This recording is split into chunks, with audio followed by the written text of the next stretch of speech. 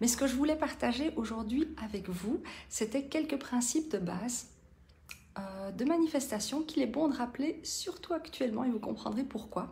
Et donc, premier principe de manifestation, soit vous êtes focus justement sur manifester vos propres désirs, soit vous êtes focus sur manifester les désirs de quelqu'un d'autre, même si vous n'en êtes pas conscient. Et donc, premièrement, premier principe de manifestation, dans vos journées, choisissez ce que vous souhaitez manifester. Donc, ayez de la clarté au niveau de ce que vous souhaitez manifester et surtout, ayez de la clarté sur quoi vous allez mettre votre focus.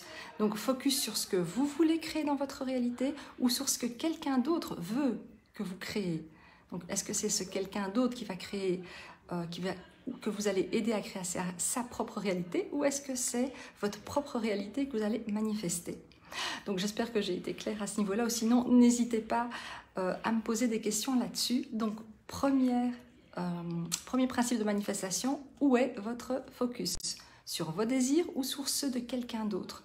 Ça vous permettra notamment de pouvoir mieux réagir à la situation qui se passe aujourd'hui. Alors, deuxièmement, puisque on manifeste ce à quoi on pense, soit vous pouvez utiliser vos pensées pour ressasser le passé, ou soit vous pouvez utiliser vos pensées pour créer votre propre futur. Donc ça, c'est de nouveau un choix, et là, vous avez un vrai choix.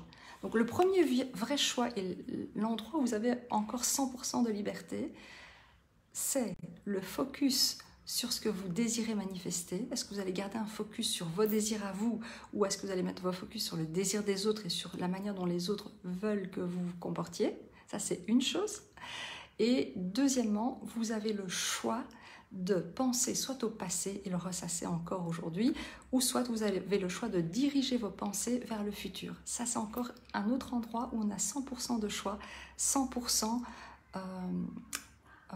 comment dire, de liberté. Voilà, ça c'est important. On a encore 100% de liberté à ce niveau-là. Troisième principe de manifestation qu'il faut bien comprendre, s'opposer à la réalité de quelqu'un d'autre, c'est l'aider à manifester sa réalité. Donc ça, j'aimerais bien qu'on prenne le temps de réfléchir là-dessus parce que c'est très très important aujourd'hui. S'opposer à la réalité de quelqu'un d'autre, c'est manifester la réalité de cette personne.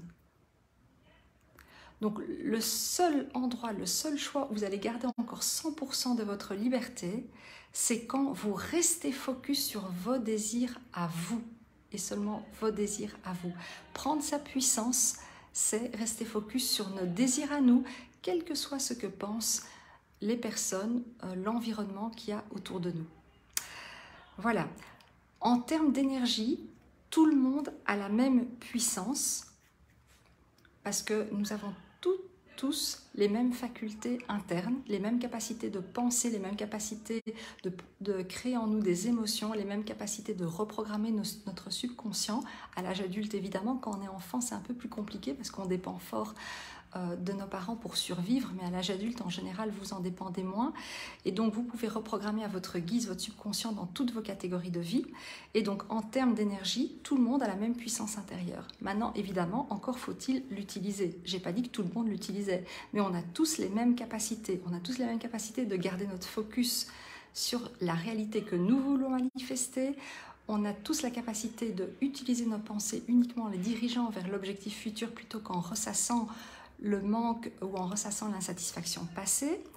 Et évidemment, on a tous ce choix-là. Il n'y a personne qui peut nous obliger à nous opposer à quelqu'un d'autre plutôt que de créer notre réalité. Donc, soit vous mettez votre énergie, vos pensées, vos émotions à créer vos propres désirs, soit vous mettez votre énergie, vos pensées à s'opposer à la réalité de quelqu'un d'autre. Mais là, sachez que vous donnez plus d'énergie à cette réalité. Et quand deux situations s'opposent et que vous êtes soumis à deux situations qui s'opposent, sachez que c'est la certitude qui est la plus forte qui va faire en sorte qu'au niveau énergétique, une des deux situations primera sur l'autre au niveau de la manifestation. Donc voilà, donc augmentez votre niveau d'énergie, augmentez votre niveau de clarté dans ce que vous voulez.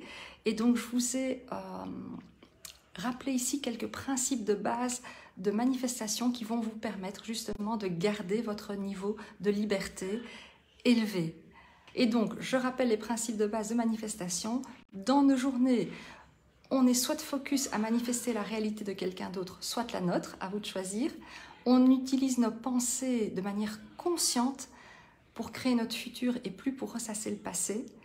S'opposer à la réalité de quelqu'un d'autre, c'est donner de l'énergie à cette réalité, donc c'est la faire grandir. Donc mieux vaut se concentrer de nouveau et uniquement sur vos désirs à vous et laisser les autres être comme ils veulent être, finalement, puisque c'est leur scénario à eux et à vous d'avoir une certitude qui monte, une force qui monte pour que ce soit votre scénario qui prime. Et en termes d'énergie, on a tous la même puissance intérieure et on a tous les mêmes facultés internes qui permettent de diriger notre pensée, de garder notre focus, d'avoir de la clarté et justement de manifester nos nouveaux résultats en reprogrammant notre subconscient. Le tout évidemment, c'est de vouloir ce changement et de le faire seul ou accompagné. Voilà. Et augmenter votre niveau d'énergie et de clarté de ce que vous voulez. Donc voilà, en tout cas, moi dans mes accompagnements, c'est ce que je fais. Donc j'aide les personnes, j'accompagne plutôt les personnes à garder un focus intense, un focus laser vers ce que eux ont envie de créer, indépendamment de tout ce qui se passe autour d'eux, grâce à mes connaissances en neurosciences et grâce à mes connaissances en l'utilisation de tout ce que nous possédons à l'intérieur de nous, à savoir notre système nerveux, le fonctionnement du corps, des émotions et évidemment notre fréquence vibratoire. Parce que apprendre à envoyer une fréquence vibratoire positive, c'est apprendre à recevoir le résultat que l'on veut manifester.